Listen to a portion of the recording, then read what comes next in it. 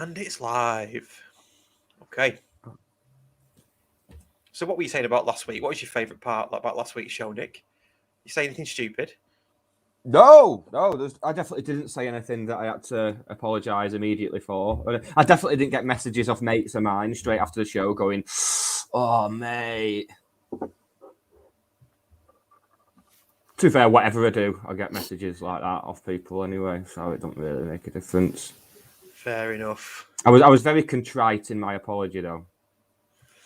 It's one of them that's going to wake me up, keep me up at night for years to come. That is, I'm going to be waking up in a cold sweat on a regular basis thinking of that. I'll just add it to the list. All I can say, it was very, very funny. Okay, we're just about at 7 o'clock. A few people online. I'd go as far as to say the time is fast approaching 7 o'clock. I think it is. 7 Not just approaching, fast approaching. Right, let's do this. Bit of a different intro today. Have some of this.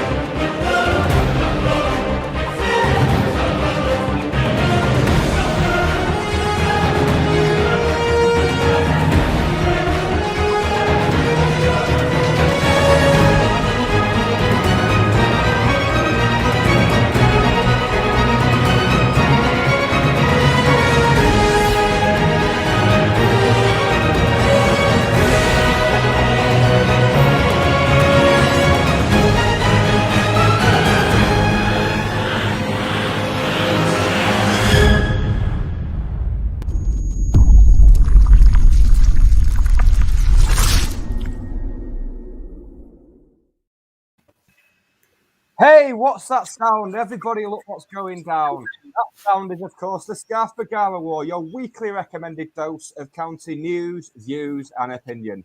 As for what's going down, we'll be with you for the next hour talking all things county and some stuff that's not. Fuck off, Chesterfield! Oh. Covers. It's all right. I've got a terrible cough, but it's fine because I don't get invited to any parties, whether real or imaginary. But before we dive headfirst into the pool of county chat, we need to bring in the actual brains, backbone, and bollocks of the show. Oh, nice show last week, mate. Oh, your podcast is really good. You're so capable and knowledgeable, and you don't give me the creeps like the other guy. Why is he so weird? It's the Scarf Bagara War's Russ Johnson from the Scarf Bagara War.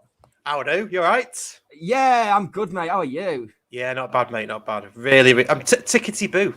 I think I'm going to be this week. Tickety bleeding boo. I'll advance on that. Yeah, brilliant, isn't it? Good week, despite an FA Cup defeat. Yeah. Well, we'll talk about that. Yeah, might as well. Nothing else to do, is there?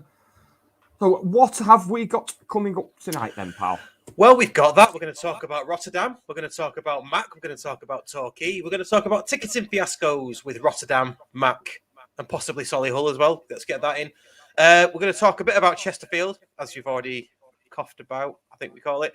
And yeah, we'll just talk about all things county for the next hour to an hour and a half and hope that people listen to us and press the like button and hope that people subscribe and comment and all those other good things that put us up the algorithms. God, you and your algorithms, mate. I know. Right, with that in mind, let's introduce John first before we run titles, because you are part of the furniture now, John. Sorry.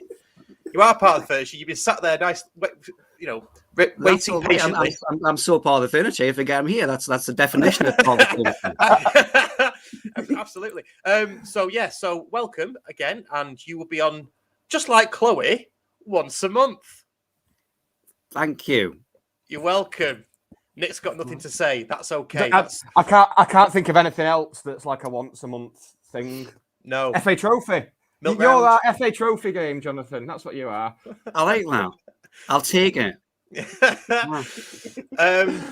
Just to say hello to everybody that's joined us again. Keep on joining us. Ian Dowden, Harry Brookshaw, Phil Cross is a returner here, Joe Inglesfield. Yes, thank you, Phil Panton, Nick Hughes. Thank you for joining us. It's really John appreciated. Billsbury as well, because he never gets a mention. I keep on forgetting him. Oh, there you go. Greetings, Earthlings. John Billsbury here. Thanks for saying that, John. That's really useful because I cannot recognise JKB04 as your name, so I do apologise for that. Right, let's run titles. Let's get into it. This is the Scarf Bagara War, a Stockport County fan-created podcast, blog, YouTube live show and website. Find us at thescarfbagarawar.co.uk. For county fans, by county fans. Right, I've got to start off with a kind of an apology that every now and again I might nip away just to top my beer up. So that's just saying that out loud first. Well, now you've said that, I mean, I've got a can of Pepsi Max Cherry Open. I mean, Pepsi for when Coke's not available, Pepsi Max for when Pepsi isn't available, Cherry Pepsi Max for when Pepsi Max isn't available. But I did have a second can ready, but I might go and swap that. When we go and have a beer run, I think I might swap that for a beer as well. Okay. I think I'm still pissed from Monday night, to be honest. I think I'm just going through the week. Oh, from the Libertines. And I see you've got the Libertines behind you. Well, not physically. Not physically. No, I wish. I've noticed, John, that you've changed your background as well. Or are you just in a different room or a different dimension? I've changed my background. I used to have records up here, and but they weren't even posters. They were actual records, so they're heavier than posters. And basically, the short story is that when it started to get cold, they just started to fall off because the blue tack failed. So I finished work early today, and I even put it on Twitter. So I'm sure everybody's really interested to know that I bought some sticky things to stick me film posters up with. So right, that's basically what's happened. Command strips, by any chance? Or They are. Where are they now? Loving this segment of the show. Other strips are available. County, actually, county stationery. No relation with the club, I don't believe. Sticky pads. But right, blue and white all the same. There you go. Nice. You can't beat county stationery. County Van Hire as well. Yeah, it's got a kind of 1950s ring to it, hasn't it? You know what I mean? So yeah, let's see if they stay up. Well, we've talked about what we've both got behind us. There's a nice natty T-shirt you've got up there behind you, Russ. Why don't you tell us a little bit about that and how the listeners / viewers / readers can get one? Well, this is it. We've got a limited number available, actually. So yeah, I don't know if you can see it, it's the Legends. I will get it when I go for a beer. I'll bring it over. But yeah, it's the 1996-97 Legends Defence T-shirt. So it's got Connolly, Flynn, Gannon, and Todd on it, and we've got a few large left, and we've got one double XL left. This is what happens when I get made to clean my house. When my girlfriend says, "Get something done today, Nick," this is the type of stuff I find in my warehouse. In your massive warehouse that you have. Yeah, brilliant. So they're available to buy at £10 English each, and all the proceeds will go back into the pod. So we might do more merch, or we might just pay for this because this does actually cost us money. So there you go. That's that. Right, shall we talk about Rotherham and the match on Friday night? Now, I certainly went. Did any of you lads go to the match? Did you manage to get tickets? I was the odd one. I was meant to be going to see James at the arena originally, but then I found out I had to do a negative COVID test for the Libertines gig on Monday night. So that kind of put paid to my whole weekend plans, really. So that was no Rotterdam for me, and no James and Happy Mondays at the arena. So, but you two went, so I'm quite happy to watch you two talk about it, and I'll just chime in. Well, I was the other way around. I wasn't supposed to be going, then I ended up going. Oh, do tell. Well, just I didn't get a ticket in time. I wasn't organised enough, and young Geordie Hatter, Frank, my son, had just got a ticket straight away. I mean, it's like £4 for kids, isn't it? So he just gets the ticket, and then But anyway, I wasn't sure what might be happening on a Friday night and stuff, whether I'd be able to go. So I didn't get one. Then I was sold out, and then I thought it was a Thursday night, and I thought, oh, I've got to go to this. So basically, Yellow Boards, the fans forum that plenty of people know about, came to the rescue. I put a message out there and said, look, has anybody got any spares? And I'll give him a shout out, a guy called Lester Hatter. That's his name on the Yellow Board. Basically, he couldn't go. He was working. His dad has his ticket at Cheeley Hume. So on the Friday morning, I ended up cycling over to Cheeley Hume, picking up the spare ticket, and then going across to Rotherham on the Friday night and watched the game with Lester Hatter's dad, who was also great company. So got to the game. But one of the things I was going to mention about just while we start talking about the game is one thing I've not seen mentioned around the whole thing is it just me or is that journey? Well, you just put on the video of us, that journey to Rotherham. It's scary, right? Those roads, they're not straightforward at all. No, I've do you know what? I've cycled the road as well, and it's not for the faint-hearted whether you're driving or cycling. I'll be honest with you.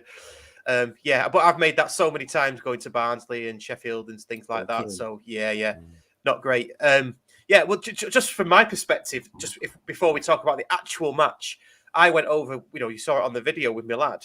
As soon as we got to the car park, this dark car park, it was $3.50 to park. I only had £3 on me, so massive shout out to the guy that I don't know who he was. You've not done it. Next time you do a shout out, give me a bloody minute. You just right. To the guy that a massive what, Russ? A massive shout out. Nice. You are welcome. Welcome. To this really nice county fan who gave me 50p so I could park. So thank you to whoever you are. Did he say, "Oh, I love the podcast"? Well, he gave it. Yeah, I bet he did. No, he doesn't even know about the podcast. Probably. He just gave me 50p. Did you not tell him? No. Do you know what? As well, I said to him. No, did I? Do you know what I said to him? I said, "Cheers for that. I have got a tenner on me. I had money on me. Do you want me to buy you a pint?" And he went, "No, it's only 10 bob. Just leave it." It's like, "Oh, cheers, mate." So that was dead nice. And county fans coming together. Went back to my car. This is no word of a lie. Went back to my car. Bald-headed guy stood at my car, right? My son's in the car, and he went, "Do you think you're going to win tonight?" I went, "Well, that's kind of why we're here. I hope so." He went, "We're not fucking Bolton, I was like, "All right, okay." And then he just walks off into the darkness. I was like, "Oh my God, I'm scared." But do you reckon maybe that's just his one conversation topic he has? How many people has he stopped that have got nothing to do with the football?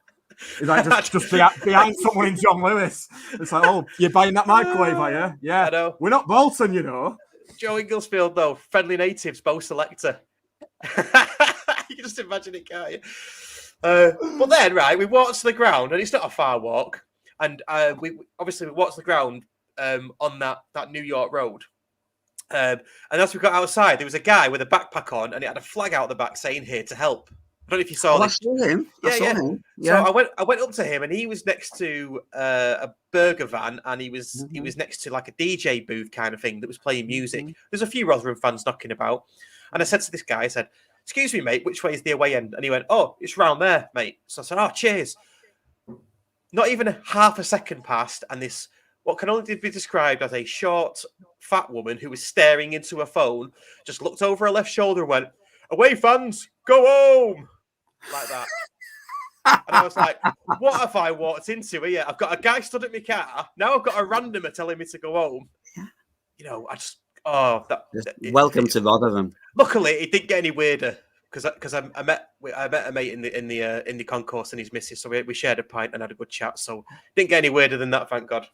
I was in the same car park. Yeah. I expected a lot better from the home of William Hague, Howard Webb, and the Chuckle brothers. I'm quite honest with you. Yeah, David Seaman as well. They've got. Did you see the billboard they had? Did you see the picture of that? Oh my God! Yes, I won't be bragging about them, lads. No, not at all. But the match itself. I mean, John, how did you see that? Don't say with your eyes or stood in the stand. I mean, I was down by the corner flag, and no, I saw it as. I guess overall, we've gone away to a team that's not just 2 divisions above, but top of the league 2 divisions above. Putting 4 and 5 past people every week at home, especially, and we've come away on the back of a battling 1-0 performance, 1-0 defeat, where they're actually holding on and keeping the ball by the corner flag at the end, and that's kind of a credit to us. I guess the slight flip side to that is that I come away feeling, slightly disappointed that we didn't come away with a result because actually we did enough in the game during, I'm going to say like 2 spells of about 20 minutes each in each half where we were actually on top of the game and actually creating chances. And, Ashley Palmer, 9 times out of 10 will bury that one with his head to pick one, but there were others. So I guess overall it's a feeling of pride mixed with a little bit of disappointment that we just don't go through. I think you're spot on, absolutely spot on. I mean, the fact that they were taking it to the corner, I was a bit annoyed at the time when they were doing that, because I thought you're at home to a division team 2 divisions below you, what you're playing at them. But that's the biggest compliment they could have paid us. Yeah. Absolutely, because it could have been that they'd be out of sight by that time, and they clearly weren't. We were actually that last 10, 15 minutes. We must have had actually lost count. We must have had half a dozen dead balls, maybe 8 dead balls, corners, free kicks, and I guess again that was a little bit of an edge of disappointment that you're the underdogs. You look to create something from your set pieces, don't you? And we deliver these. Maybe apart from the one where Madden scores a slight offside goal, weren't quite up to what they could have been to take advantage of that. Yeah, but did you not feel that it didn't feel like we were, massively different to them? In terms of ability or setup or the way that we played, it wasn't like we were the clear underdogs and we were breaking. Yeah. Or didn't someone on here say that last week? Someone on this show said that last week, that there wouldn't be much difference between us, didn't they? Was it Matt, the intelligent one, the guy we had on? Matt, that must have been. Yeah. It can't have been anyone else, because we're all just fucking idiots, aren't we? No way we'd have said anything insightful like that. But yeah, it was so good to see, and to a man. I mean, the only difference I could see, really, obviously having watched the game, was they seemed to get their foot on. Just a toe end on little things. It's like 50-50s, or when the ball was passing through the lines, they get a touch on it to pass it through that line. And whereas with us, we'd miscontrol it or it'd stick with that line. I've been thinking about that, and I think it's kind of this might sound daft, but I think some of it is just like practice and intensity. As in, I don't think we're much worse than them. I don't think Paddy Madden Paddy Madden's a League One footballer. You can name a few, but he's not playing against that level of fitness, intensity, I guess, skill every week. So, I think if we played in that league, I think we'd give people a game. I think there was a couple of times, there was one dead near me, down by the corner flag, where I forget which one of our players, I think it was Quickly, when we were kicking our way second half. And he's basically shielding the ball to get a throw in for us. And their fullback, in a way that nobody in our league would, just manages to contort himself around and get his leg in and actually hit the ball away and run off with it like a cat, And you're like, how did he? And you can see Quickly going, well, how did he do that? Because he was like 2 yards away, And there was a few kind of things like that. And like you say, they get their foot in, they were just quick and intense. Where I felt that when we backed ourselves to live with that intensity and pass through the lines ourselves, I thought that's when we were at our best. Whereas when we maybe, I think quite understandably, had spells and maybe a bit more like, bloody hell, let's just get up the pitch. Let's get it up to Quigley because these guys are big and closing one down.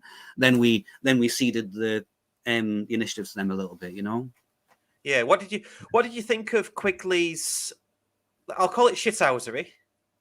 When off the offside sort of tackle, the where he went down as if he'd broken his both legs, I guess. That wasn't the first half, right? I'm going to say it was a little bit too far away for me to work out exactly what happened. I suppose it was clearly. I know it was, though. I'm being like Arsene Wenger. It was. I saw that there was a coming together, and then Quigley was down, and then there was. I think the referee ends up coming across, having a word with quite a lot of people. He's clearly created some commotion. What has happened? I don't know. What was the score? Well, it's to me. I thought if that is not offside, then that's a red card. That was my initial feeling. But having watched some of the Rotherham view of it, the fans' view of it, and they were closer. They said, it wasn't. So plus the whistle had already gone, etc. But they were more incensed about how he went down. Because if I don't know if you remember, but he went down and he's like that with his hand. As if something's gone, Okay. And then obviously he stands up after a bit, after the physio's got on. He stands up, and then I think he's made a bit of a meal of it, etc. Basically, yeah. And what decision did the referee give in the end? Did he give us a free kick? I can't even remember how it was. It was offside. It was offside. It was offside. He's given offside. Yeah. Right. So that's a weird spot in the rules. Last man. Okay. Yeah, it's a very strange spot in the rules, I think, because we saw it happen last season, didn't we? When Pickford injured Van Dijk in the Merseyside derby, and the flag was up for offside, so technically played, but he absolutely cleaned him out with no intention of winning the ball. and Yeah. got away with it. And there's been a few instances of it. It's a weird kind of loophole in the rules now that you can just, if you get called offside and just go in 2-footed on the keeper, and apparently you're all right. But surely you're still allowed. Surely the referee can still send you off for violent conduct. As in, sometimes when the ball, I've seen instances where it's a corner kick, the ball hasn't been played in yet, and basically the centre half punches the centre forward in the face, where he gets sent off, doesn't he? Well, it's the same as that. Okay, you don't give the play is stopped, but the consequence still has to happen for the violent conduct, if that's what it is, right? Because I remember that incident. It was reckless at the very least. Yeah. Well, HB says that the offender was booked, he believes, which, do you know what? I don't remember if he was. He might have been, yeah. He possibly might have been. But it's almost like, if you take a whistle out with you on a night out, as long as you blow that whistle, anything after that, you can do what you want and don't get arrested for it. That's why we don't invite you to come out anymore, Russ. Is it? as soon as you turn up at Stockport Station with your whistle, it's just, oh shit, lads, is here. With his whistle. Dressed all in black. Having your two mates with you carrying your flags. What a great fancy dress that is. That's a phrase. That's two words that don't belong together. Great and fancy dress for me. Do you not do fancy dress? Oh, is it one of them again? Fucking hell. It got to a stage about 15 years ago where people banned me from going to fancy dress parties as Pete Doherty. So I just thought, right, fuck it then. I'm not coming. And you know what? The parties were a lot better for me not being there.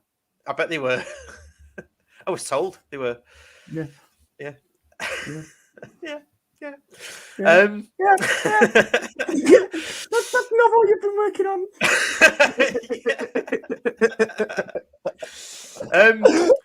The other thing as well, the other sort of main takeaway I got was, and I was thinking about this before Sam Byrne tweeted it actually, but mine's slightly different to Sam Byrne's synergies with Barnet.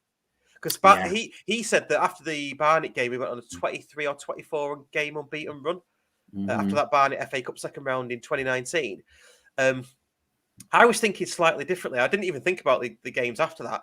I was thinking for that game, we went to a team above us, in the next division. Barnet, quite a decent team in the next division above us, in the National League at the time.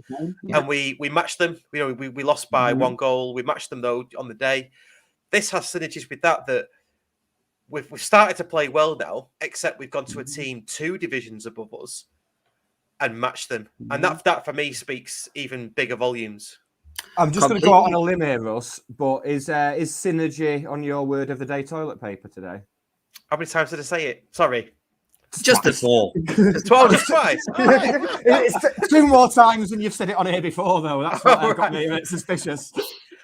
Oh, I can pull out the corporate bullshit bingo if I want to. I think there was a synergy. If I'm right in what I think synergy means, but I was surprised because that was what I put on Yellowboard the next morning. Was my kind of reflections on it was actually my conclusion that Barnet, and I was surprised. Okay, Sam Burns said it, you said it, but I'm surprised it hasn't been more generally said because it was absolutely the parallels are all those ones that you just made, and yes, I think including the one about what we can look forward to now, because I know there was belief before because of the whole Challenger effect, but now there's it's almost scary the amount of belief now. You're hearing people say, "Well, we're going to win the league. We're just going to win every game now." Well, almost believe now. You know what I mean? I don't know about that, but what we can do, and I hope this is what the players will do, is they can settle down into a league campaign now. Okay, we've got the FA Trophy, but that's not on national telly. It doesn't capture the hearts of the nation and all that sort of stuff. Until we go and win it. We'll win it, and everyone will be like, you know what? It is actually all right, this. If County are winning it, then it must be all right. If it's a nation's sweetheart, if the people's princess, Stockport County, is winning this tournament, then it must be worth it. It'll be on Sky next season. Yeah. Maybe. I heard you say, Nick, that County are like Newcastle Keegan's Newcastle in the 90s. You said that somewhere, aren't you? And I love it. Let's go for that. Let's be 5-3, 4-1, 5-0, 2-4. 4s each. Who needs clean sheets? Fuck it. Yeah. I won't. Do you know what? I wouldn't mind that at all. Be a bit like. anxiety overload at the back, being in the keeper union and all that sort of stuff. But you know, as long as we're winning matches. After what we went through before, I think, and just that kind of, it's just great to see a team playing on the front foot. And apart from anything else, I guess it's like a really sensible thing to do when you've got like a strike force, and probably you could name 4 of them, which are a class ahead of anything they're competing against on a regular basis. You know, like, why wouldn't you play on the front foot and give those guys the ball, you know? Yeah, absolutely. And don't forget as well, and we'll come on to him shortly, but we got the Font as well. You know, he could easily come and be a sub. Friend of the podcast, Sid Freeman, says, do we reckon we'll go on a similar run like after the Barnet game? Because under Challoner, we looked great. I don't see why not. I think we will. Well, we're already on one, really. If you think, look at the league form, we're already on that league run. Yeah. And it's just been interrupted a bit by an FA Cup defeat. But yeah, no reason why. Totally agree. I genuinely can't see where the next defeat's coming from. That's what I'm thinking. It's a mentality thing, isn't it? And I feel like if we're thinking like that, the players must be. As in, before, I'd look at the fixtures and, you know, the manager was saying it, so you kind of were guided by that. Oh, you know, Aldershot can create problems for us. Well, now I look at the fixtures, Chesterfield, whoever, and I'm thinking, well, I just imagine that. I find it hard to envisage us losing a game. Like, you know, you imagine more that you're going to go out and win it. So it's a habit, isn't it? That all of that. Yeah. Oh, winning's a habit. I mean, if you look at the league table as well, there's a couple of things for me. We're only 6 points off Chesterfield. We've got to play them twice. So, you know, we'll come to that when we come to it. They're going to be a little bit distracted as well. Yeah, they're going to be distracted. They'll probably be out of the cup by then, I would have thought. Unless it's frosty, but we'll come to that as well. The other thing was doing my research for the show, as I do every week. Listen to the talk. What? Show off. I think it's called me a swat. I was going to say, yeah, that's not bad. Oh, that would have been better, actually. Yeah. Nerd. A nerd. Yeah. He says in his glasses. Doing my just seeing a comment come in. We'll talk about that in a minute. Yeah. I'm seeing it as well. We'll do my research, listen to a Torquay pod. And looking where they are in the league, there was like a massive disparity with how confident they were, their fans were, and it was Torquay talk, to where they are in the league. They're saying that they're hoping that they can nick a win, or at worst get a draw on Saturday against us. And I'm thinking, it's at your place. I think where they are in the league, they're 16, 17, something 16. Like that. Mm-hmm. I think we're going to go and I hope we're going to go and score 3, 4, possibly.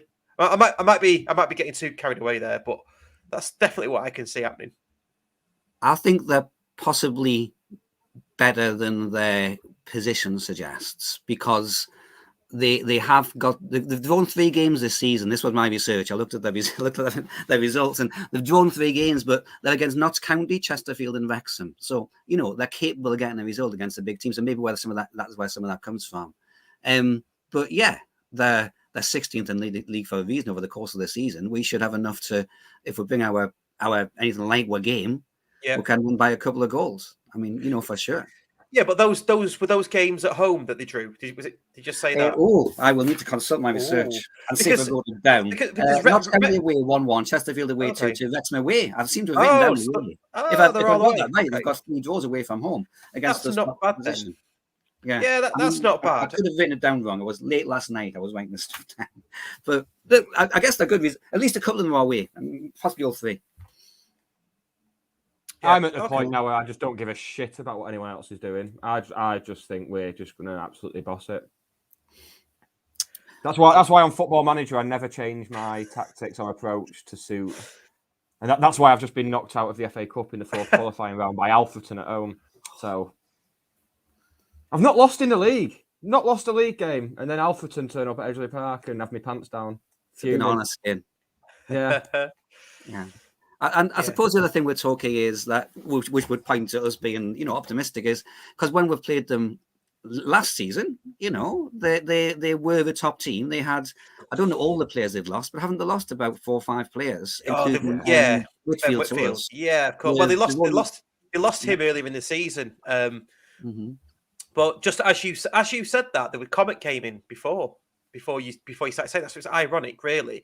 Ryan Moore, Torquay's league position last season was a false position 50% of the league goals last year came in the last 10 minutes. Now, I don't know how factually correct that is, but they did score a lot of late goals. It certainly seemed that way, didn't it? Yeah, every week. week. One against us at their place on the first day of the season. That was late. That was late, wasn't it? Yeah, it was late. It was late, and it was the only. It was the only thing they did in the game. I remember saying this by the next day. That is the most one-sided football match where I've seen the result go the opposite way from the play in my life. Because we should have had 6 by the time they scored their 1 at the end. Yeah. Oh, it was crazy. John, you've clearly not played any Championship Manager or Football Manager edition, have you? Where you've battered a team and had 35 chances and lost 1-0. Especially now they've added XG onto it as well. Now that XG's on there, it's just another way for you to hate yourself. And XG's going well. Yeah. The thing is that I get too much agony from like the real football. You know, I don't know how you doing all this like imaginary stuff as well. This kind of virtual reality. I mean, I'm in bits already. You know what I mean? So I admire your resilience. Do you know what? Just a little side story. When I was the editor of the Hatters Matters website, and I was writing articles, I actually managed to get a phone call with Adrian Giles. Because he was doing an article on the bottom clubs, as in the teams at the bottom. West Brom were bottom of the Prem. We were bottom of the League One at the time, I think it was. It was about the time this kit was out, actually. And he said to me, he said, "What do you do to like ease the pain?" And I said, "You're not doing the accent, no." I play no. I said, "Play Football Manager." I said, "In Football Manager, I'm top of the league. None of this bottom of the league shit. I'm top of the league. I'm happy days, mate." Needless to say, he put about 1 line of me in his house. I've spoken to all these and some weirdo from Stockport, but less said about that, the better. Yeah, the lad from Forfar got about 3 paragraphs. So the Rotherham game, then. Anything else on the Rotherham game? Any more takeaways? Anything happen on the way out of the ground? Not for me. Is there? Because my experience of the game was listening on Strawberry Radio, which cut out several times. At which point I switched over to Radio Manchester, where they had Andy Welsh and friend of the show Phil Brennan. Was Phil on there? Okay. Oh, yeah. We've got an announcement later that's including Phil. So there we go. We'll be talking about Phil later on, won't we? We will. Yeah, and we'll be seeing him soon. We will. Don't give it away. Don't give it away. No, I didn't. That's why I stopped there. Yeah, okay. Well, people sat there thinking, well, they're going to be seeing Phil, and they've mentioned it on the show, so it's something to do with the show, but we don't know what. Yeah. Nobody knows what it is. I see what you've done there. I'm not professional like you. I don't know how to set the scene and build up the tension. No idea. I'll turn one of the lights off, shall I? Let's see what else build an atmosphere. But yeah, listed on the radio. Is it particularly from what John Kieran was saying? John Kieran on top form, by the way, the tradesman's mate. He was he was absolutely bossing it on the radio. Some of the stuff he was saying about the referee in particular. So would it be a fair assessment to say we've gone from the Bolton game the other week, where we had possibly the best referee we've had in years? Was this Rotherham one down there with some of the ones we've had in non-league? I mean, he was did bad. see from listening that any 50-50s with where two players have coming together, it was constantly going to the decision was going their way. There was county players getting booked for 1 foul, and then Rotherham players getting three or four passes before they get a card. Just that sounded very inconsistent. Yeah, he was. The referee had a really poor game from our perspective. I don't know if you agree, John, but the thing that stuck out for me was the liner on our side, and obviously they stay on the same side, don't they? So it's equal after half time. He seemed to get everything. No, he seemed to get everything right in the first half and then wrong in the second half for some reason. So in the first half, when they were attacking our end. Okay, I think I've got this right. They were attacking our end. I've been watching football for 30 years. They were attacking our end in the first half. That's right. They were attacking our end in the first half, weren't they? Yeah. He was getting everything. He seemed to be getting everything right, offsides and things like that. I was like, fine, that's great. You're doing a good job. Second half, he was shit. We deserved a corner, and. Yeah, gash for both. Yeah, possibly. I think. Not my words. The words of your friendly neighbourhood referee there, Darren Bowden. Darren Bowden. So the referee was gashed for both teams. But But yeah, the liner on our side, I don't know, just seemed to have a really good first half, and then a second half, he was gash. But we should have had a corner with South of Males in the down at our end, and was Madden offside? Who knows? Yes, Apparently no, on the was. still, when they show the still, which I think Sam Burns shared it, he's offside when the ball gets headed on by Kitching, isn't it? Whereas in lifetime, I don't think I realised Kitching had even touched it. It was as if it had come straight through to Madden. So I think he was offside. Right. I didn't notice the linesman so much. I'm not doubting that he had a really good half and a bad half. What I do think I noticed is I probably agree with the guy with the comment. I thought that you know the old phrase about the referees having a good game if you don't really notice them. He felt to me like a referee who was intent on being noticed a little bit too much, to the extent of making fussy decisions about things and calling the cap and the cross for a word. And do you know what I mean? Whereas maybe just things that were just like, well, that's a foul or that's a corner, or just make the right decision. He wasn't doing. It was a little bit like that, and almost like I don't know what his experience was, but he looked somebody that didn't have the experience for me for. Or was he just having a bad game? I don't know. But I suppose that you always feel coming out of a game that the referee's been against you. I would imagine that probably some of the Rotherham fans probably thought, well, what were County getting 6-7 free kicks for in the last 10 minutes? Because we did. Yeah, true. You know, yeah. and probably some of them were a little bit on the edge. You know what I mean? Yeah. So well, I saw Rotherham fans online saying, Yeah. he gave Stockport everything. Well, that's not the impression. What he did, he gave a lot of decisions. He probably just gave more free kicks than he needed to in the game overall. You know, we're probably. I mean, just to draw a line under it, let's just agree with Darren Bowden's comment that he was gash for both teams because he was. Yeah. He didn't let it flow at all, which was disappointing. Disappointing to say the least. So yeah, and then obviously final whistle came, and then we had to drive back over the Woodhead. I didn't. I nearly drove back to Newcastle instead. When I got to the car park, before I got out of the car, I was like, I won't be able to concentrate on this game unless I know how I'm going to get home without going over that frigging thing. So I looked on me, Google Maps, and I was like, oh, well, that's fine. I'll just go to Leeds and across. Pretend I'm coming home from my parents' house. So that's what I did, and I was completely happy because I was on the motorways and it was lit up. And even then, I made a wrong turn and then missed the M60 and came to the long side at the end. So I got home at like 1 o'clock in the morning, but without a heart attack. So I was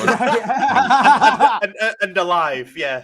Thank you being in out for an hour because he was on the coach, and presumably the coach drivers are quite happy with driving on, all the general. Yeah. They'll be tootling along at 40 mile an hour, won't they? Over that. I bet it was like the end of the Italian job on that coach, wasn't it?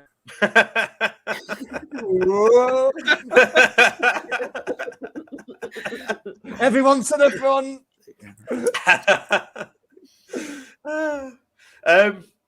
Okay, so we're out the cup.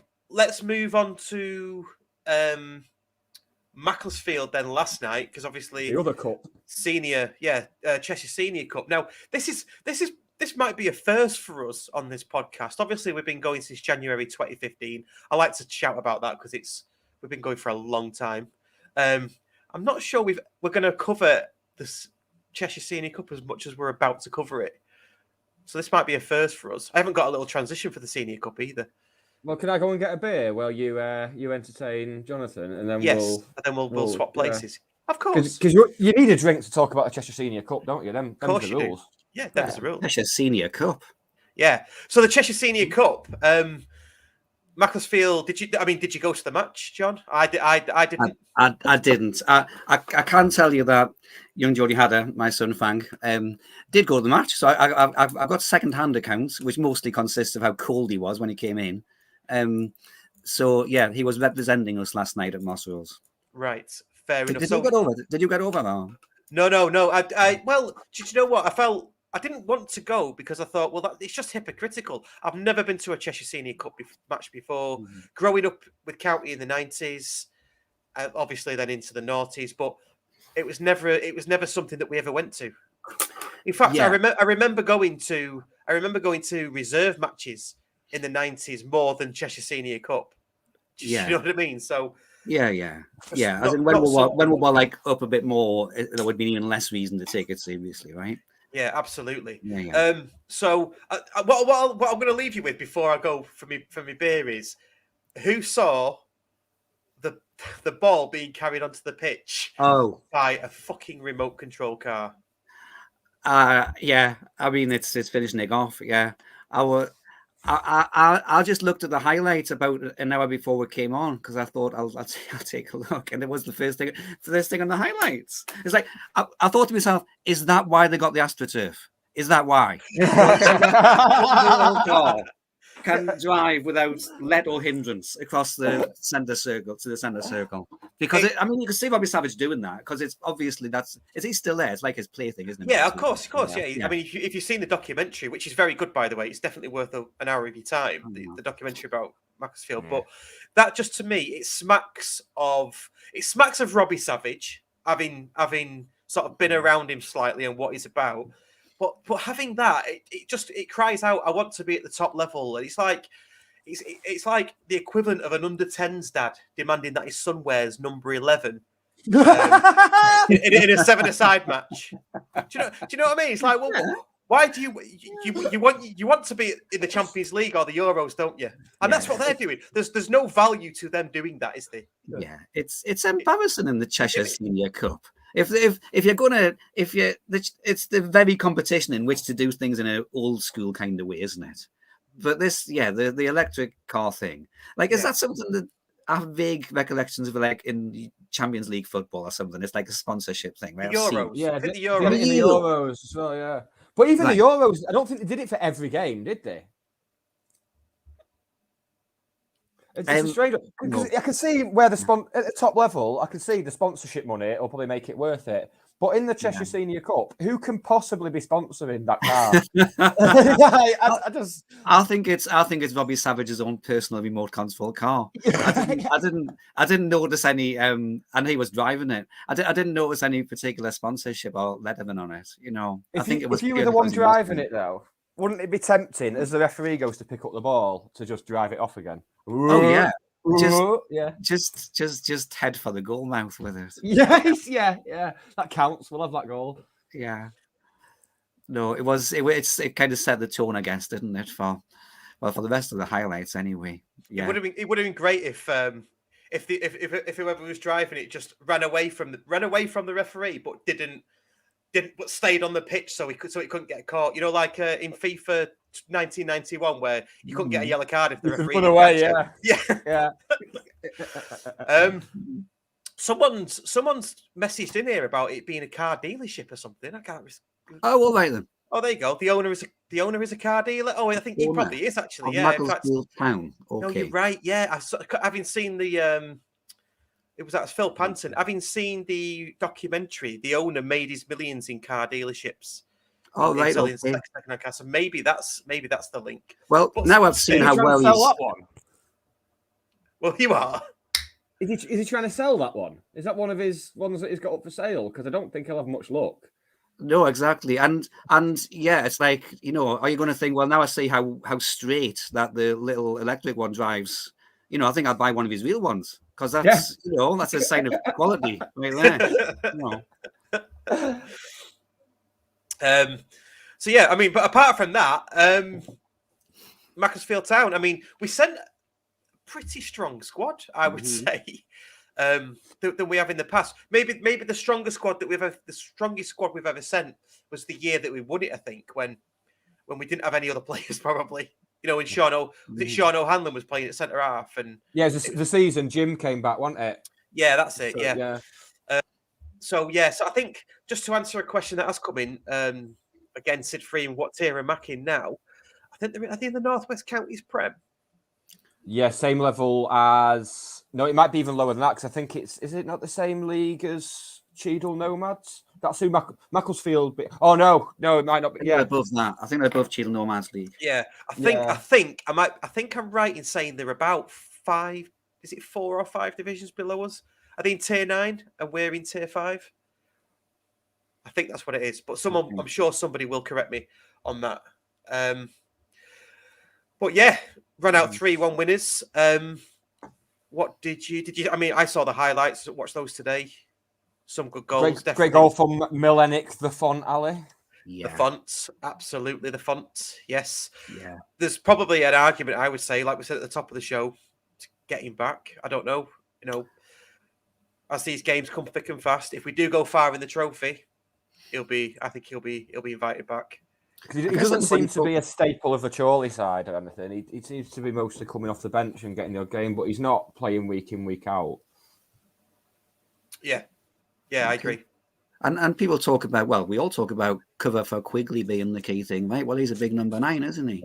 And well, I've only seen the highlights, but he takes his goal really well. He does have the freedom of Cheshire to kind of pick his spot and have a little wander around before he puts it in the corner. Yeah, but you know what? We saw some goals in pre-season where he almost took that freedom for himself. Yeah, he does like coming off the flank, doesn't he? Yeah. There's one in particular, isn't there, where he goes past about 3 of them and just drives past them. Yeah. I think, absolutely. And I suppose special mentions for the academy players that came on. Was it Josh Edwards who got the goal as well? Yeah. And then got called a wanker by a lot of 16-year-olds. If you noticed it on the highlights.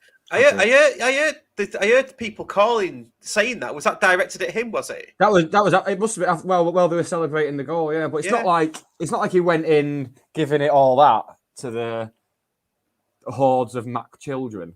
But yeah, they've always been a weird bunch. Mac have though. I remember when they beat us. Was it the 6-0 that prompted Jim to come as manager the first time? Yeah, and they had the buckets out to save their club, basically. Yeah. And then a few weeks later, I bumped into one of them at a Mac fan in here. He's like, "Oh, fuck, yeah, your club's shit, mate. You're getting relegated." Yeah. It's like, don't do the bucket collection and just be a dick. Yeah. And I'm an equal opportunities hater as well. I just hate everyone that's not county. But there's a special space there for Mac where I just think, yeah, fuck off. Yeah. And why are they all of a sudden better supported now than they were originally? They've never had a big fan base, and all of a sudden now, I think it's the Robbie Savage effect in it. People like to jump on board when there's a wanker involved. Yeah, absolutely. And he brings all that to the club, doesn't he? All that wankery as well, if that's even a word. I mean, I did watch the documentary, and we won't spend too much time talking about Mac because, I mean, why would we? But I mean, they've done everything up. You know, it does look like what we've done to our ground, and it's probably not far fetched to say that the owner of their place is friends with Mark Stott.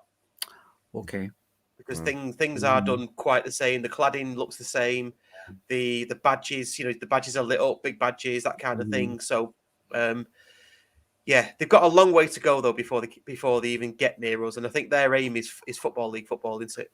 Yeah, and I forget which guest it was on the show here who I think was it Steve Bellis who said that that Stott had considered would he look at taking over Macclesfield, but actually he looked at County and it's County that have got the real potential. Well, of course, it's if you're going to look at one of these clubs and see which one's going to get to the Championship, because you're right. I remember going to Macclesfield just on a day when County mustn't have been at home years ago when they were in League Two. And I remember it was how many were in the crowd was a remarkable thing because it was like just maybe 2,000. It's not a place. It's not as big as Stockport, is it? Right. So how many football fans is it going to attract? And it's a kind of Manchester City kind of territory, isn't it? Really, is my impression of it. Yeah, I'm going to sound like Nessa now, but I actually did some stewarding at Mac in my early 20s, and you know what? One of the games that I did was Rotherham was Macclesfield against Rotherham. I remember it. To this day. I just sat there and watched the footy and got paid 15 quid for it. So I was quite happy. I just thought I'd link that in with Rotherham and Macclesfield. That's what it's talking about. Well done, mate. Yeah. But yeah, how's the book going on? How's that book going on? But you said before about the increase in crowds. That always they've got a renewed hope. Same with Wrexham. Wrexham are getting they're averaging 8K. A game. There's no way that they've always said that they're well supported. Their fans say they're well supported. Somebody tweeted average attendances over a period of 10 years or something in the National League, and they were somewhere between 2,900 and 4,100. Oh, is that as low as that? I'm surprised. Okay. Yeah, and now all of a sudden, I think it was that. I might be doing a bit of service. Apologies if I am, but now. It's 6,000 season ticket holders, 8K every match. Yeah. And they're still a bit shit. That's why I'm glad we've been taken over by a quiet billionaire. You know, just quietly pumps the money in and just gets on with it. And, you know, that's what you want from your chairman, isn't it, really? I really wouldn't want to be in the shoes of the Wrexham fans where, you know, because it is a proper football club. Yeah. You know, and they've been around forever, haven't they, as a league team and everything, like County have. And to suddenly be this kind of, you know, this Hollywood kind of plaything, you know? I get that you're going to feel like you've been saved financially, but there's stuff that comes with that just takes away some of the genuineness of everything, doesn't it? It does. So I tell you what, before we talk about Torquay, let's carry on that conversation, John. What do you think about Chesterfield? Shit. What do you think about shit? Chesterfield. What the stuff they're doing around the filling the players, signing loads of players, putting the buckets out for frost covers. I guess it's like, well, I think it looks dodgy because it is. Yes. And I bet they're claiming disability benefit and universal credit. The bastards. Yeah. And I bet they had parties last Christmas as well. Yeah. I went there. Yeah, I went there. all the pints balanced on Danny Rowe's head. But yeah, sorry. For those that are watching earlier, the comment that we were chuckling about that we didn't mention was we got a comment in about the Chesterfield. The two asked about the GoFundMe, which I thought was dead funny. But yeah, it's probably back on again somewhere. But yeah, so yeah, no, you're absolutely right. Yeah, but no, just to add to that though, John, Right. They drew Chelsea away in the cup. Yeah. You know, the guaranteed like probably £1 million. In fact, I think Kieran for the price of football did a bit of a. I love the charts and all the geekiness that comes out of price of football. But he did a bit of a chart. They're expected to get probably just over £1 million from that. Yet their admin account, which is embarrassing, by the way. If County ever started doing that, I would be having words probably. They started tweeting, they just got Chelsea away in the cup. Very next hour, oh, by the way, can people still contribute to the GoFundMe for the frost covers? It's like, are you having a fucking laugh? I'm so grateful that we've got Stock because he would not stand for that. No, I don't want to go too far, but with everything Chesterfield have done, I wouldn't be surprised if they knew what happened to Madeline McCann. I really wouldn't. Really wouldn't be surprised at all. But it's funny that we just mentioned Macclesfield and then we moved on to Chesterfield. It's like, well, so I'll just let you come to terms with things. That's nowhere near the worst thing I've said on here, mate. So get over yourself, yeah. But yeah, Macclesfield every year it gets to November, December time. It's like, oh, we're gonna go bankrupt in a month, and then lo and behold, they'd get a ridiculous FA Cup draw. I think Macclesfield actually got Chelsea away at some point. I think they did. I remember. Yeah, they did. And that would have been worth bearing in mind. If we'd beaten Rotherham, we would have had QPR away. Yeah, I saw that. Which good London away, Dave. But first week in January when no one could afford it. Obviously, Russ, that'd be a great draw for you because you just don't give a shit. You're just happy to go somewhere you don't normally go, aren't you? My focus is the league. That's why it's getting back to the Football League. But just going back to what you said before about Mac getting Chelsea away and now Chesterfield have, and it always seems to happen. Exeter, remember, getting United away. Is this what Gary Burton was talking about? Yeah, this is our plan. This is the plan, wasn't it? This was the plan. I was really hoping we'd get through against Rotherham, and then the draw would give us United away. And if you were really quiet, I think you'd be able to hear Gary Burton going, "I fucking told you, told you this could happen." Love it. So yeah, it's just amazing, isn't it? And going back to their account on Twitter, I mean, I don't know who they've got running it, but a child. Oh my god, it looks like a child. Probably has a man bag and does wheelies in the middle of the road. Well, the man bags that can only fit like a condom and a 10 bag of weed in them. That one, little man bag. Yeah. Oh, it's just embarrassing. It's really embarrassing. I'm so glad that our account doesn't resort to that sort of shit. Yeah, I mean, you see it from other big accounts, don't you? As well. Is it one in Germany that does it quite a bit, or is that just a fake account? I don't know. Is it Dortmund or something? Yeah, the English language versions of some of the German clubs are quite. I don't know what the word is. Anarchic, I'd say. Yeah, but are they actually like properly associated with those clubs? Yes, they have official English speaking accounts, yeah. But they actually do know kind of like the in-jokes that they can use and stuff like that. Whereas this Chesterfield thing, it just seems like some 15-year-old kid who spends his time on TikTok. I mean, that thing they posted an hour after they draw, well, less than an hour, but straight after they drawn Chelsea, that tweet you mentioned where they're asking about the frost covers, and they put a little winking emoji on it. Yeah. That was what boiled my piss, the winking emoji. Yeah.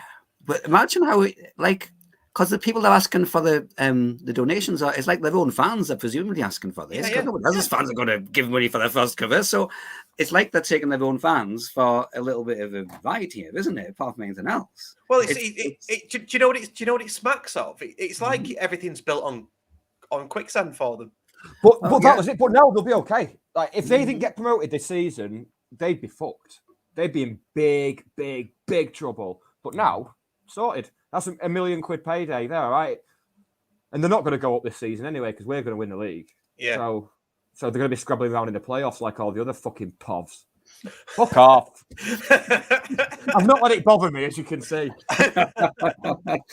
They've taken that big risk on, it's Chimanga, isn't it? And the talk is that if he goes, well, that's them, isn't it? Because he's like, you sign Chimanga, it's like you've got this one-man team, but what happens if he gets crocked or he's off? Tom Denton up front, like Tom Denton and Danny Rowe up front. Right. Yeah.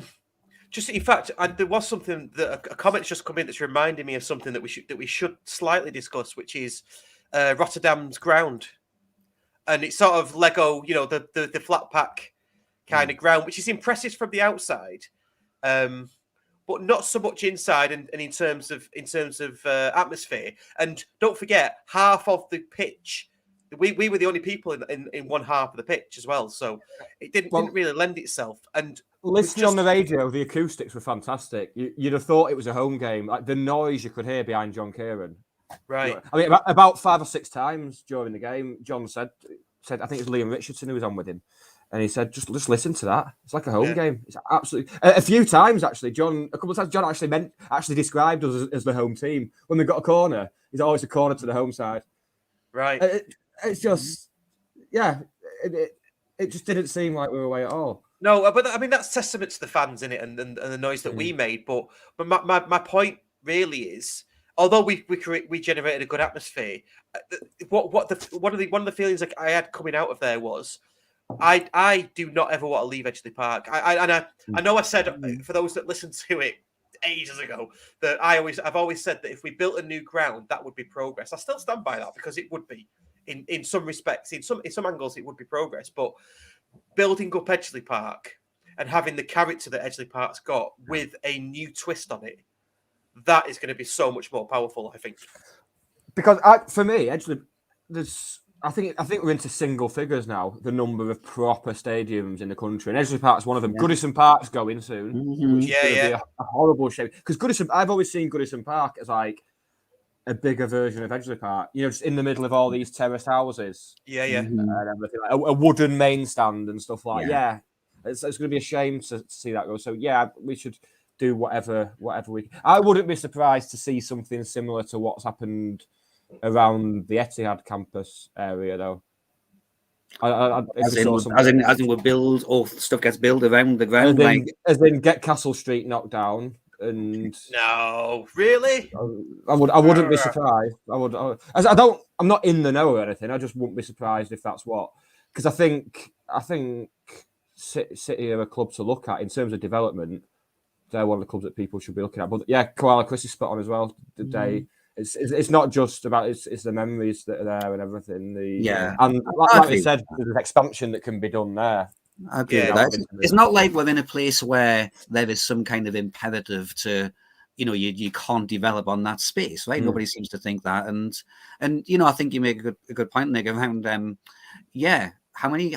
It's like we're sleepwalking into this position where there won't be any of those grounds left anymore, and the odd time when I've taken a mate to the game who's not a county fan, the Yeovil game was with a QPR fan, and if they're proper football fans, this is a proper ground. This is a proper ground.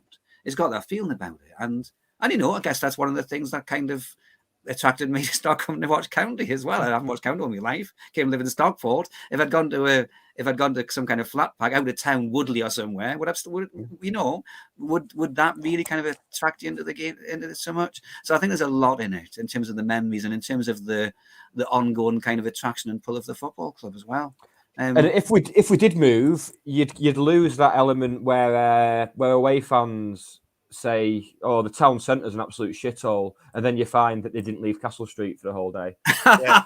Like, this isn't the town centre, lads. Yeah. It is, but what do you think that? How many times? Walked through Castle Street? Of course, you're going to think that's the centre of Stockport. How many times have you heard it though? I've heard it loads of times. Is this the centre? You know, for people who you bring to the match. Like I brought a Preston fan once. Is this the centre of Stockport? We're the famous Stockport County, and we come from Edgerley. Listen to the words, people. Good stuff. So yeah, I think we're all in favour of staying at Edgeley Park. Absolutely, build that up. Get a nice modern ground with character. That would be ideal. You know. Yeah. Okay, let's move on to Torquay on Saturday then. So we mentioned them a bit before. We didn't go into too much detail. What we're thinking, I mean, I think they are 16th. Ryan Moore's done some stats here. I'm gonna try and dig them out. Here we go. So last season, we're talking about the late goals. Okay. He's done us some stats. We love this. Last season, Torquay scored 24 goals after the 80th minute. So it was 50% of their games played, not 50% of their goals. That makes it. I think that makes it more of a thing that they're getting wins late. If it's more because if it was, you know what I mean. It could be for 150% of the goals, but not equated to so many points, if you like. Yeah. So, I mean, okay, but you know what? I mean, the game's 90 minutes long. If you're winning games because you're lasting out and you're overcoming the opposition eventually, right? Yeah, absolutely. Yeah. So I don't know if that's necessarily a false position that they've gained by winning games relatively late in that way. You know what I mean? Possibly. I mean, it's a game of 90 minutes. You've got to play to the end, so fair dues to them for that. But they have lost a lot of players, and they are 16th. Yeah. I'll go back to it. I was pretty surprised at how sort of semi-confident they were about playing us on Saturday from their own Torquay Talk, which is available through the Fan Hub app. Just go down into your content and you can listen to that. But I don't think that it's quite registered with a lot of particularly further away clubs like Wrexham. Yeah. Good point. Wrexham, Torquay, sorry. I don't think that it's quite registered that there's a big change going on here. I think that they're seeing us as a side of the boring, awful rusk ball side of the first couple of months of the season. People don't realise that big changes have happened and the manager's already got his feet under the table and is getting a tune out of the team. I don't think anyone realises that outside of the Northwest. Do you know what? Because fine by me. Yeah, you would, I suppose, looking from outside, because like Wrexham had a dodgy start, and now they're at the top of the league. Or are we looking at Wrexham and saying, oh, my goodness, the transformation? We're just thinking that they haven't quite getting results, now they are. Actually, that's not what's happened. We have transformed the whole way we play, the whole outlook, the whole approach we bring to a game. Well, so teams are still going to get surprised by that, Yeah, I think our transition has been bigger than anything in this division. Wrexham are doing what we did under Ruskball, which was the limping to results. They limped to a 1-0 away win at Dover. Let's not forget that. Do you know what I mean? That they're getting draws and they're limping to wins. In the past 5 games, we've been literally smashing teams. 5-0 Kings Lynn, 4-1 against a really, really good Wealdstone side. And the 2-1 win, which was maybe the hardest of all of them, only 2-1 but Exactly, yeah. So I'm totally agree with you, Nick. Outside the Northwest, probably people don't know what's happening. I mean, just last week when we were talking to the Rotterdam guy, Matt, Rotherham, fucking Rotterdam. I can't say Rotterdam now. The Rotherham guy, Matt, and I said to him, I ask it to every guest we have on from the away, for the away opponent review bit.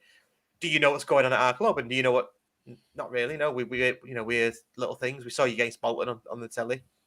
That's Yeah, not who reality. doesn't- You said we've got a new manager, but I guess you don't know unless you follow us closely that No, that's we've it. got Yeah. a really experienced, really confident manager with a very firm and compelling vision. Where we had kind of the opposite of that before. Yeah. And I wonder whether. I don't know what's inspiring the Torquay optimism. I do think the win they got last week has been dead important for them because they've been on a pretty poor run. I think they hadn't run in about 4 or 5, and then even just I watched the highlights and I saw the interview with the manager, Gary Johnson, and I think he more or less said, that's a real kind of shot in the arm for us in terms of confidence, and that's kind of what the forum seemed to be reflecting that as well. So I think maybe it's just like when just one win, you feel like it might turn around your season a little bit. Yeah. I think they'd be different if they'd come away 2-1 on the other side of that scoreline. Maybe. Yeah. Yeah. I find it very interesting that last season, Torquay spent long periods at the top of the table. There was a couple of points where they had a decent lead over the team in second, and there was a discussion amongst County fans. I don't think we had it on here, but I saw it elsewhere that people wanted Torquay to go and win the league because if not, there'll be a massive threat this year. I remember that, and we've just not seen it at all. I know the side has been absolutely decimated, and I wouldn't be surprised if Johnson's thinking about moving on now. But if Wrexham were to gamble and get rid of Parkinson in January, do you think Gary Johnson's the one they'd be going for? I don't. I think they'd be going for another sexy appointment, a Football League manager again. Yeah, he's probably not sexy enough for them. Yeah, that's it. Well, I'm sure Mrs. Johnson thinks he's very sexy. Wait, whoa! What, my missus? Bet she didn't even know about him. Better not anyway. She's googling him right now. I know. Yeah, I think my missus has got something for Sam Binion. I'm dreading going having a corporate day for my birthday just in case she bumps into him. Can you imagine that? Imagine she just left you. She'd just walk out with him probably, and I'd be like, I'd walk out with him, and I'd be like, I'm with you on that. Good luck, Sam. She likes 2 sugars in a tea, Sam. Yeah. So he's a football manager, isn't he? He's a proper football manager, and I think that's another thing I think about Torquay. I think that he hasn't got the squad he used to have, but he's clearly a manager who can get the best out of what he has at his disposal. I just feel that about him from what I can pick up. So I still think we'll win, though. I still think we'll win. It's a bit of a sliding doors moment as well. If Torquay had won them playoffs last season, if Torquay had won that playoff final against Hartlepool, do you think when we got rid of Rusk, we'd have gone knocking on the door of Torquay for Gary Johnson? Well, yeah, very interesting. But I think he would have turned it down. I think because he's Southwest based, isn't he? Southwest. Anyway, look at it. Apart from Latvia, which weirdly he managed Latvia for 2 years, 2000s, and discovered Martin Pahars and Stepanovs, which is the only 2 Latvians I've heard of. And in addition to that, he was manager of Latvia with Marian Pahars playing, and they played a friendly at Edgley Park. Do you remember that? Way. Yeah, England versus Latvia it was. That's like a Subbuteo match, isn't it? That's something you can only do it on Subbuteo and FIFA. That's the only place you can do it. I was because I was like 12, 13. I was like, Dad, why are you doing it? You can't do this, Dad. You just can't do it. It's like, what would have happened if we had a Latvian player? What would he have done? Like played a half each way? I still can't get over it. That was massive, that. Swapped his bib at half time. Yeah. I didn't know that, but that's the only time he's been outside the Southwest. So he seems to be settled down there, doesn't he? He's been there a few years, hasn't he? Yeah, I think if he goes there, he'll be off to Yeovil.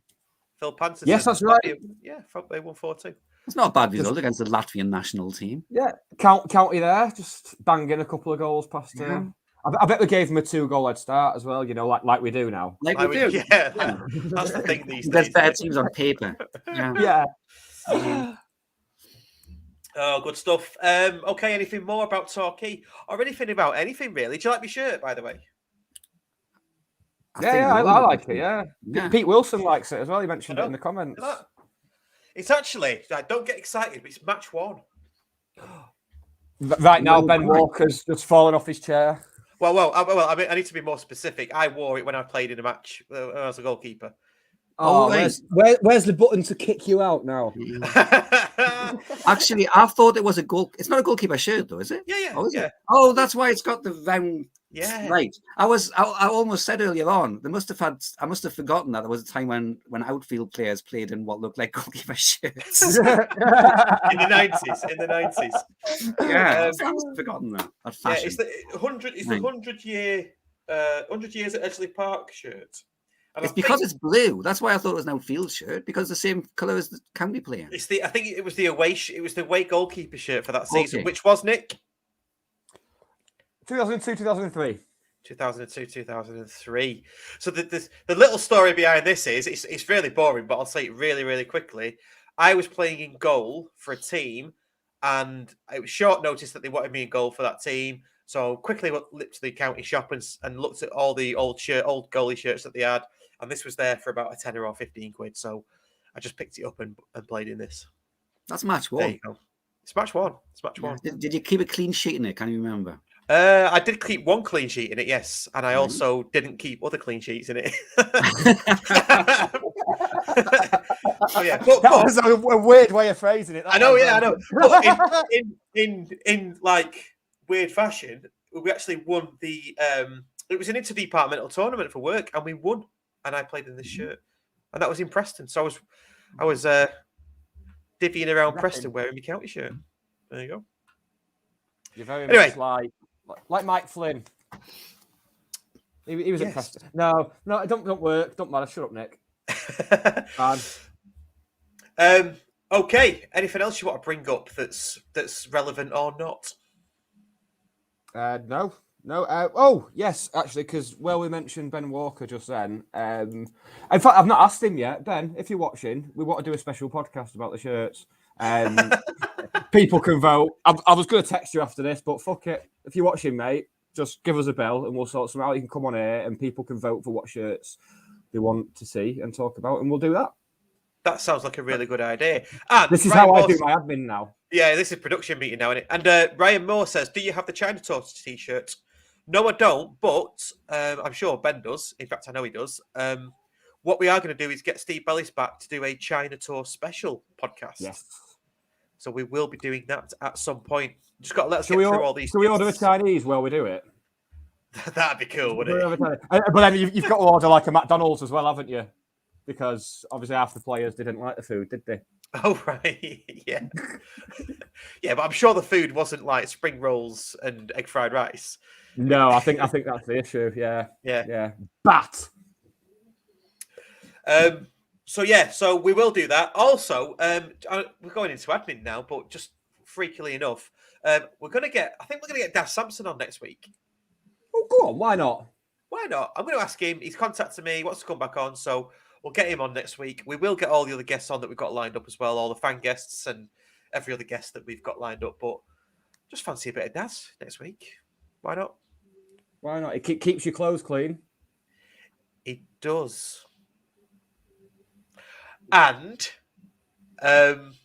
next week we have 2 podcasts, don't we? We do, yes. This is what we teased earlier.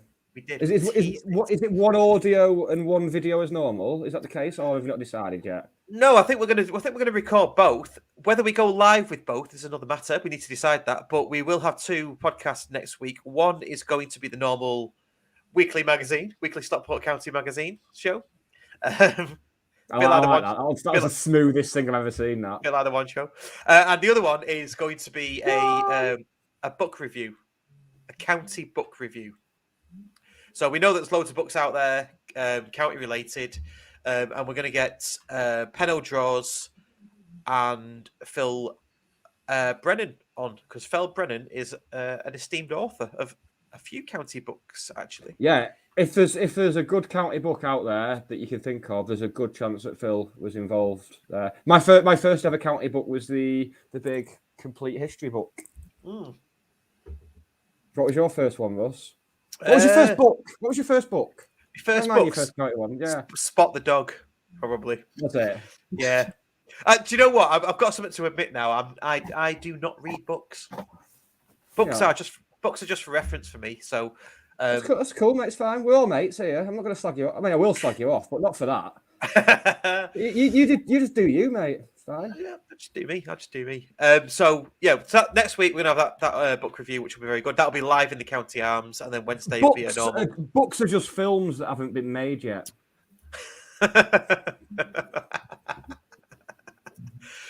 Oh, I like it. Also, something to look forward to. We will get details out of this very soon. On January the 20th, provisional date, we are going to have Mike Flynn and Gary Stotforth live upstairs in Notion for a live podcast. It's going to be a ticket event. So, yeah, as soon as we release details for that, get yourselves onto that. I'm not sure. And I'll tell you something else about that as well. If Boris is going to try and stop us from doing that, I don't give a fuck anymore. I'm doing it. We're doing that. 20th of January, we're there. Boris, fucking come at me, you fat wanker. You're welcome. Carry on, lads. So that's something we're going to do, and we're going to get Rob Brittner, friend of the podcast. He's going to play some tunes for us to warm everybody up. So that'll be pretty good. So we'll get details of that out soon. And of course, behind me, we have the tickets for sale. If you're listening on the podcast later in the week, we have the Legends 1996-97 T-shirts available, £10 English. Connolly, Flynn, Gannon, and Todd available in large, and we've got one double XL available. So we can post them. £10 plus postage, but yes, you might as well just pick it up at a game, really, hadn't you? Pick it up at a game. I can bring it over to you. If you're local to Stockport, I don't mind dropping it off. I'm easy. If you're local to Manchester, I don't mind dropping it off. There you go. We've got the areas covered there. Yeah. If you're local to Newcastle, John, do you want to drop it off? Or... I may as well. I nearly got there the other night in the middle of the night. Do a visit home. Anywhere between here and Newcastle, yeah. But the M1. Anywhere with an easy access to the M1, yes. And again, every single week, please do get onto the Fan Hub app. Over 17,000 fans are on Fan Hub now. It's gone ballistic this week, hasn't it? It has gone ballistic. With hit records with daily sign-ups. So it's getting serious now. And I'll be honest with you, the guys behind it are starting to get a bit excited and nervous because it is getting proper now. Things are coming. So obviously something's going to land on Friday, which you'll all want to be part of, and I'll see that. There's the inner circle where people can get updates before everybody else. Rewards are coming, and they are going to come fast. So yes, make sure you're on the app. Well, we're on admin. Can I do a little bit of admin? You know what? We don't normally blow our own trumpet on air, but no, might as well. Cheers, Harry. Much appreciated, mate. Thank you also, Joe. Thank you. Cheers. But while we're on admin, there's something coming up on Saturday morning that we've not covered on the admin yet. Jonathan, you're back Saturday morning, aren't you? Thank you. Yeah, I am. I know that's my voice. The away day show is back on because we're away. It's Saturday morning. County are away in the afternoon. So what are we going to do from 9:30 in the morning? The match day build-up is on. So it's at the usual place, mixter.com, or you can go to my Twitter and get the link from there. And it's the usual kind of mix, if people haven't seen it yet, of county themed chat, a few tunes along the way. There'll be the weekly poll. We will feature possibly a band or some kind of act from Torquay. There'll be clips from the manager interviews, that kind of thing. And it's all the interaction that keeps it going along. So anybody wants, thank you, Joe. Thank you. Anybody wants to tune in, be fantastic to have you all there. So that's 9:30 Saturday morning. Just for those listening on the podcast, Joe Inglesfield has messaged in, the away day show is genuinely a highlight of his week. So yeah, as John said, cheers for that, Joe. And also for those listening on the podcast, right now, you're probably going to get a little advert for the away day show. Aren't they? But you're looking at me blankly there, Russ. Yeah. No, I'm not. I was doing a silent bit. I was doing a silent pissed on your kids. No, I was doing a silent bit so that when I come to edit it later, that I know that's the bit where I need to put that bit in. That makes more sense. Yeah. Yes. We're all a bit giddy this week, aren't we? We're in a fantastic mood. It's great, isn't it? I've seen live music again. Jonathan nearly ended up in Newcastle. I did. I got him live, which is the main thing. Yes. Yeah. So there's a trailer coming on that I've recorded, isn't there? So yes. And can I just quickly say what I think the poll's going to be this week for the show? Yes. I haven't said this to you guys yet, but I always do a poll for the show because it's a good way of, getting some interaction and views in and stuff. And it goes on Twitter and the yellow board like from about Thursday. I'm thinking the question is going to be, who do we think of all the players who have improved under Challoner? Who's the one who has most remarkably improved? Oh, I'm going to take 12 hours to think about that. Yeah, have a good sit down and a coffee and a cigar. Yeah. Do you know what? Pros and cons. I don't know. I don't even know who are my 4 choices yet. Well, I was going to say, you only get 4 choices, don't you? Oh, shit. You can only, on Twitter, as far as I can work out, you can have 4 choices on a poll. So, I mean, I don't want to kind of, unbalance things by even saying names right now. But I've got at least 2 or 3 names that need to be in there. I think most people can probably think of one in particular. I've decided on 1 already. Yeah. No, I've decided on 2, 3. No, 4. It's not easy as thing. So that's going to be the poll. So and when we will reveal the results on the away day show, which involves me having to add things up from Twitter and which is really complicated, like Eurovision. Can an option be Stockport County? Stockport County, Stockport County, Stockport County. As in the whole team. Yes. Yeah. I can't fit that in me 4. We've got too many. No, I know. Yeah. So that's what's going to go out there. You've hit something there though, because the comments are coming in thick and fast, and I agree with well, probably all of them, but one of them does stand out for me, which I think. Go on, you're allowed to say it. Well, mine at this moment in time, before I've even thought about it, is Rydell. That would be mine. But I think he starts favourite. Say that again, Nick. I said we're riding that Rydell high, aren't we? For the Greece fans out there. Yeah. Ooh, the team. I said that to family through the week. Frankie was in Greece at school about just a few short years ago, and I made a kind of Rydell High reference to it. He just didn't get it. I was like, "Remember Year 7, Frank?" He's like, "Oh yeah." So okay, he starts favourite, but other contenders will be available. A quick one from our graphic guru, Peter. Don't forget to send in your photos to the podcast Twitter and Facebook of your experiences following County, and we will feature some. Won't we? Where will we feature them? I don't understand. On graphics and stuff. And Pete wants to create an archive. Archive. Okay, that's good. Yeah, let's do that. I mean, I must admit, I do use them for some of the graphics that we have for the pre-made graphics that we have that we've agreed on. So again, we're having a production meeting, so let's not do that. I use them to give myself an extra bit of something when special times are happening with my girlfriend. So they've got a use for everyone. Do you print it out and stick it on the back of her head? I should be so lucky.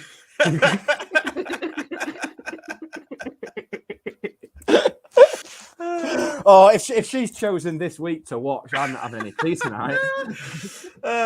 Right. I think on that note, I think we'll go watch the Champions League, shall we?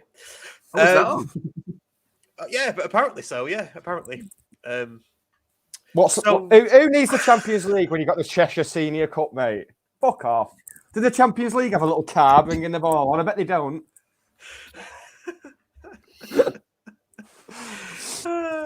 I'm sort of 50% laughing at you, Nick, but 50% laughing at the comment that's just come in. Anyway, let's end it there. Okay. Cheers, everybody. Cheers, John. I'm not going to say for coming on. I'm just going to say thanks, John, for being you, because you're part of the furniture now. Nick's gone.